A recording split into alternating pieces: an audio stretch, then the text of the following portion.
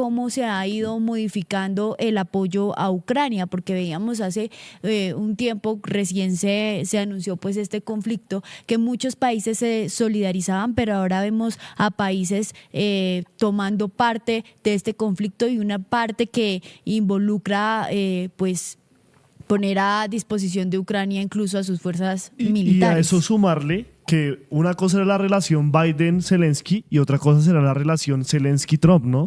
Y la relación también que Sí, tiene Trump con el mismo Putin. claro, bueno, digamos que hay que recordar también que este conflicto viene desde el 2014, ¿no es cierto? Que este fue el primer round, el segundo round fue 2021, que antes de empezar esta guerra, 25 de febrero de 2022, perdón, pero el 2021 fue un año muy importante y en especial la fecha del 17 de diciembre de este año, porque Putin, pues digamos que hizo todo lo posible para que esta guerra no se escalara.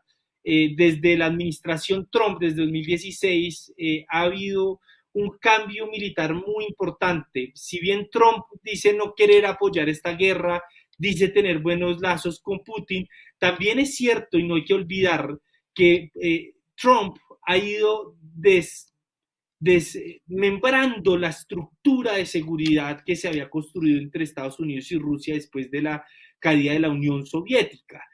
Por ejemplo, inicialmente Estados Unidos se retiró del Tratado de Cielos Abiertos, que era un tratado muy importante de ambas potencias, que era vigilarse por aviones, tomar fotografías autorizadas para saber qué producto militar tenía la contraparte y así hacerle pues, digamos, un seguimiento y tener tranquilidad y mantenimiento de equilibrio de poder entre ambas potencias. ¿En qué usas tu energía? En Ecopetrol usamos nuestra energía para impulsar la transición energética. Producimos hidrógeno para hacer gasolina y diésel más limpios. Somos energía que transforma a Colombia. Ecopetrol. Sin embargo, Trump se empezó a retirar se retiró de otros acuerdos nucleares. Por ejemplo, terminando la administración de Trump, tenía que renegociarse el acuerdo nuclear, el último acuerdo nuclear que se ha firmado en Praga, Obama en 2015. Digamos, usted tenía que negociar. Trump no lo negoció, el establecimiento en Estados Unidos tampoco quería que Trump lo negociara. Pasaron 4 años de Joe Biden y no se negoció, y la única condición que puso Joe Biden era que para hacer un nuevo acuerdo nuclear entre ambas potencias tenía que incluir a China, y Beijing siempre dijo, yo por qué tengo que estar ahí si yo nunca he sido un país que haya amenazado al mundo con armas nucleares. Yo no sé por qué tengo que estar ahí, sumado a que mientras que Estados Unidos y Rusia cada una tiene 5.000 ojivas nucleares, pues China solo tiene 500. Entonces le han dado vueltas a eso, y pues estamos ahora en esta situación bastante compleja. Pero voy al tema que me parece importante. El 17 de diciembre de 2021, en marco de todos estos cambios y el rompimiento de la estructura de seguridad entre estas potencias, Putin presentó una propuesta para llegar a unos acuerdos de seguridad a los que no se aceptaron, motivo por el cual pues, Washington siguió con la propuesta de incluir a Ucrania en la OTAN, y pues Rusia pues, respondió ante esto de una manera violando el derecho internacional, que es pues, violando la soberanía de un Estado, cosa que yo también pues, estoy en contra de lo que hizo Rusia, porque fue invadir el territorio soberano de otro Estado y que esa no era la manera. Ahora bien, esos apoyos han cambiado, y digamos que en el marco de eso inicialmente Francia, Inglaterra, Estados Unidos han sido los principales países en apoyar a Ucrania, principalmente Estados Unidos y el Reino Unido, pero no hay que olvidar que hace unos meses en Reino Unido ganó nuevamente después de muchos años los laboristas, y también ha empezado a cambiar su enfoque hacia el conflicto ruso-ucraniano. Entonces ese es un primer elemento. El segundo elemento es que si bien ha mantenido Ucrania la mayoría de los apoyos en Europa, también es cierto que Ucrania utilizó otra estrategia que se llama la Legión Internacional de los Defensores de Ucrania, que son todas estas, un brazo armado paralelo al ejército ucraniano que recibe a soldados del mundo para enfrentar a los rusos. De ahí es que vemos mucho colombiano también en el frente combatiendo contra los rusos. ¿Por qué? Porque se convirtió en un negocio. Entonces Ucrania está pagando por las personas que vayan al frente y pues y lo hagan, ¿no? Entonces yo creo que en últimas los países en un inicio occidentales están apoyando a Ucrania. Creo que eso ha tenido algunos momentos de vacilación. Unos países se han comprometido más militarmente, como ha sido el caso de Estados Unidos, seguido de Inglaterra o Reino Unido y seguido de Francia. Otros apoyan en temas humanitarios o de insumos de otro tipo. Pero pues digamos que creo yo que con esta situación de Trump, yo creo que sí va a poner o pone a pensar a varios estados si vale la pena continuar apoyando a Zelensky en la medida que el problema les queda en la frontera territorial con Europa y no a los estadounidenses. Y ya, pues Trump ayer publicó un video también mencionando que no estaba muy de acuerdo en continuar, digamos, este apoyo a la OTAN, y claramente eso pues va a cambiar esa correlación de fuerzas también en este entramado. Entonces creo que aquí los europeos tendrán que ser mucho más estratégicos. Yo creo que aquí ellos tendrán que desligarse cada vez más de la visión de Washington de seguir apoyando este tipo de acciones de manera directa y abierta contra los rusos, porque pueda que Rusia responda y responda contra Europa, que es el territorio más cercano, y pueda que exista la posible situación de que Estados Unidos responda de una manera muy limitada si es que no responde.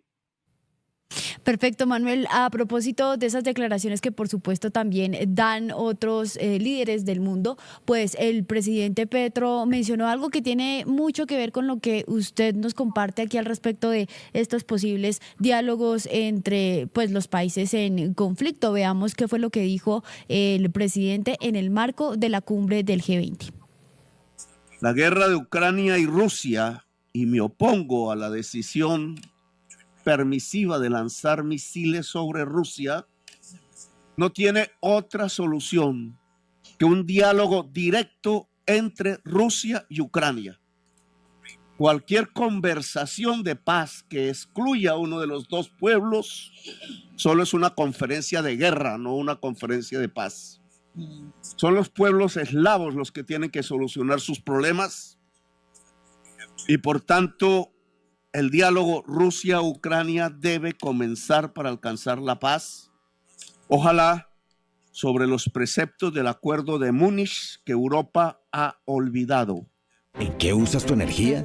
En Ecopetrol usamos nuestra energía para acelerar la transición energética. Por eso utilizaremos el hidrógeno verde para tener más recursos limpios y renovables. Somos energía que transforma a Colombia. Ecopetrol. Sobre esta cumbre de la que más adelante también hablaremos para conocer pues el análisis de nuestro invitado, el analista Manuel Alejandro Herrán. Manuel, escuchar estas declaraciones de Gustavo Petro en un escenario pues que también tiene una importancia en el orden mundial, resulta pues interesante y también genera opiniones de si es posible que se siente a Rusia y a Ucrania en una conversación pues para ponerle fin a esta guerra. ¿Esta posibilidad es viable? ¿No es viable? ¿Usted qué piensa? Pues Jessica, ya ha habido varios intentos de negociación. Hablamos desde hace un año largo de unos acuerdos que estuvo liderado por Turquía, por Israel en su momento también.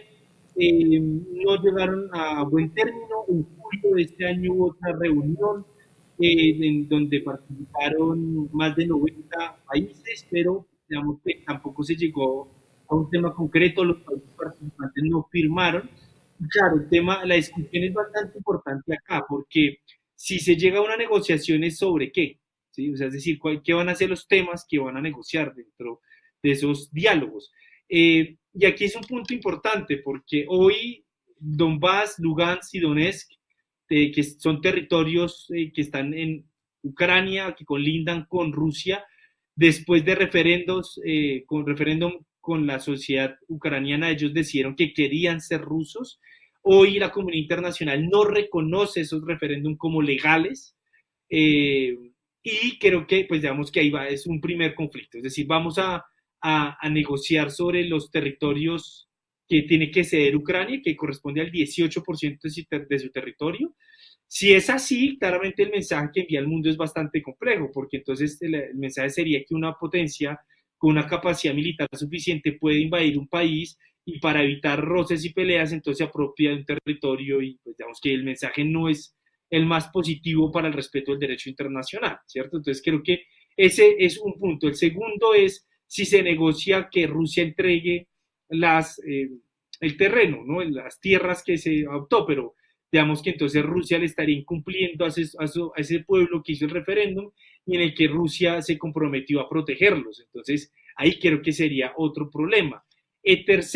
Otro que me parece interesante sería que esto se habló en los acuerdos de Minsk de 2014, y era que Kiev, la capital, tenía que hacer un referéndum y tenía que hacer una reforma constitucional para que estas regiones más alejadas de Ucrania tuvieran una mayor autonomía militar, económica y política, cosa que nunca se hizo, y eso también hay que recordárselo a las personas. Entonces creo que sería que ese territorio quede en Ucrania, pero que con el cumplimiento de los acuerdos de Minsk, en donde Kiev haga esa modificación constitucional entregándole mayor autonomía. De lo contrario, pues tocaría mirar cuáles serían los otros términos. No sé si Trump tenga algunos términos para poder negociar con Putin. Muchos mencionan que parte de la base de negociación de Trump será entregarle ese 18% a los rusos, pero creo que no sería lo más conveniente. Y creo que en relación con la afirmación del presidente Gustavo Petro, pues yo coincido con él, coincido en parte con él, porque creo, y en otra parte no. Y coincido en una parte en que claramente esta disputa tiene que ser dirimida entre los ucranianos y los rusos. Cuando se involucran grandes potencias, eso perjudica una mesa de negociación en la medida que también se involucran los intereses de esas grandes potencias. Entonces creo yo que aquí, sin duda alguna, es importante que sean los mismos pueblos, los mismos estados involucrados quienes respondan. ¿Por qué? Porque si se hace una negociación entre Rusia y Estados Unidos y se deja de lado a Ucrania, pues es silenciar la voz del pueblo ucraniano, y que en última los acuerdos que se lleguen estarán sobre la base de los intereses de las grandes potencias, de Rusia y Estados Unidos, pero no de los ucranianos. Ahora, la parte que estoy, digamos, en algo me aparto de la posición del presidente Gustavo Petro, es que claramente esa negociación, pues entre una gran potencia como Rusia y un país como Ucrania, debilitado por una guerra, que no tiene todas las capacidades materiales para cariar, si me permite el término, de plantearse una negociación igual a igual, pues eso sin duda alguna también va a dificultar la negociación. Entonces yo creo que aquí, más que esté involucrado Estados Unidos, yo creo que aquí deberían estar involucrados otros países, incluso me atrevería a decir países del sur global, que sean países acompañantes, y si no garantes dentro de esta negociación. Manuel, precisamente aquí revisando, porque ya nos vamos entrando en todo este tema del G20, pues veía que muchos de los países, como Alemania, como Francia, como Reino Unido, se molestaron con el presidente Lula da Silva por cerrar esa declaratoria final del G20 y no decir que Rusia pues condenar enérgicamente la ofensiva de Rusia en suelo ucraniano. Yo quisiera preguntarle pues entonces ahí cómo están las movidas, porque pues, muchos países de los llamados potencias quieren es que, bueno, en la Franja de Gaza, que es otro conflicto que también se habló en el G20, que también tiene posiciones ambiguas y vías dentro de esa declaratoria, sí quieren que se condene enérgicamente a Rusia. Usted ya hablaba de que Trump dice que Ucrania dé netamente ese porcentaje del territorio que ya dio, pero pues condenar a Rusia también sería un paso inequívoco, o podría ser también el pie a resolver el conflicto como lo pide Alemania, Reino Unido y Francia. Bueno, Julián, digamos que la cumbre del G20 estuvo atravesada por varios elementos que son importantes. El primero de ellas es que claramente todo espacio político, diplomático, las potencias buscan que más países del sur global tengan una posición a favor de Ucrania, que firmen declaratorias condenando ese tipo de cosas. Y el sur global no se ha prestado para eso. Lo segundo es el tema de la guerra, de lo que pasa en Asia Occidental y las acciones de Israel contra el pueblo palestino.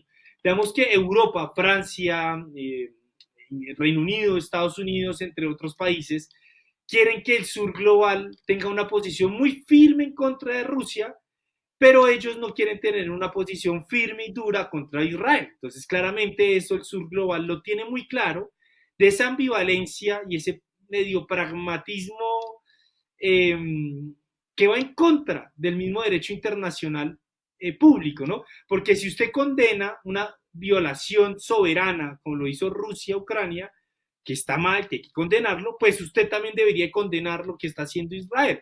Sin embargo, pues estas potencias quieren jugar a esa ambivalencia y que solamente condenar lo que ellos creen que hay que condenar, pero lo otro que no. Entonces, creo que esos dos elementos estuvieron muy marcados y un tercer factor que está también muy marcado, son las disputas que hay dentro del mismo G20, ¿no? Digamos, la Modi, el presidente de la India, esas diferencias con China, con Xi Jinping, una Rusia que no puede asistir porque tiene una orden de captura a Vladimir Putin. Entonces creo que claramente estos tres elementos estuvieron marcando el G20. Sin embargo, creo que desde mi lectura fue algo muy positivo, porque Brasil, entre otros países, Colombia fue invitado por Brasil, no es miembro del G20, pero creo que estos países del sur global no cayeron en el juego que quieren que caiga Occidente, y es eso, condenar a Rusia, pero tener silencio con Israel. Por el contrario, el G20, los países del sur global han sido más estratégicos en esto, digamos que sí se menciona algo muy general, sin, hablar de manera directa a Rusia, no lo menciona, pero sí dice, oiga, condenamos los países que violan la soberanía de otros estados, pero también hablan de condenamos a países que violan el derecho internacional humanitario. Entonces, creo que lo hacen de manera muy pragmática y creo que además esto es un gran logro de Lula, en la medida que primero, como lo decía anteriormente, no se va a encasillar en los temas que quiere que se pongan en la agenda los europeos y los estadounidenses, pero además, segundo, saca de tajo todo este tipo de situaciones que son graves, que serán tratados, que tienen que ser tratados en el Consejo de Seguridad de Naciones Unidas, y en el G20 lo que hace Lula es incorporar temas que son de desigualdad y cambio climático, que claro, los resultados no fueron los más esperados, pero creo que sí, en términos de puja, de construir agenda, creo que ese sí se lo ganó plenamente el sur global, en especial liderado por Brasil en este caso. A toda nuestra audiencia de Tercer Canal a que nos sigan y acompañen nuestro trabajo periodístico, que también les compartimos en las diferentes redes sociales. Tenemos X, tenemos Facebook, Instagram, nos encuentran por supuesto en el canal de YouTube, y para pues sostener este tipo de periodismo independiente, más analítico y pedagógico para todos ustedes, les recordamos que también tenemos cuenta de DaviPlata y de Nequi, donde ustedes pueden dejarnos sus donaciones. ¿Es tu energía? En Ecopetrol usamos nuestra energía para mitigar el cambio climático y así lograr 0 emisiones netas de carbono en 2050, un compromiso impulsado por la transición energética. Somos energía que transforma a Colombia. Ecopetrol. Ayúdanos a seguir con nuestra labor periodística a través de nuestro Nequi DaviPlata 310-779-3518. Se está evaluando es que más adelante sí sea para todos. Lo que necesita el país. Pedí que me sacaran de allá. Un agradecimiento a todos por su sintonía aquí en el Tercer Canal. Métase en la mente de un delincuente, de un ladrón. A una nueva entrega de periodismo sin corrección. Pasión todo locura y estamos muy contentos. De las calles del sur. Digo, la señora, ¿me da un expreso, por favor?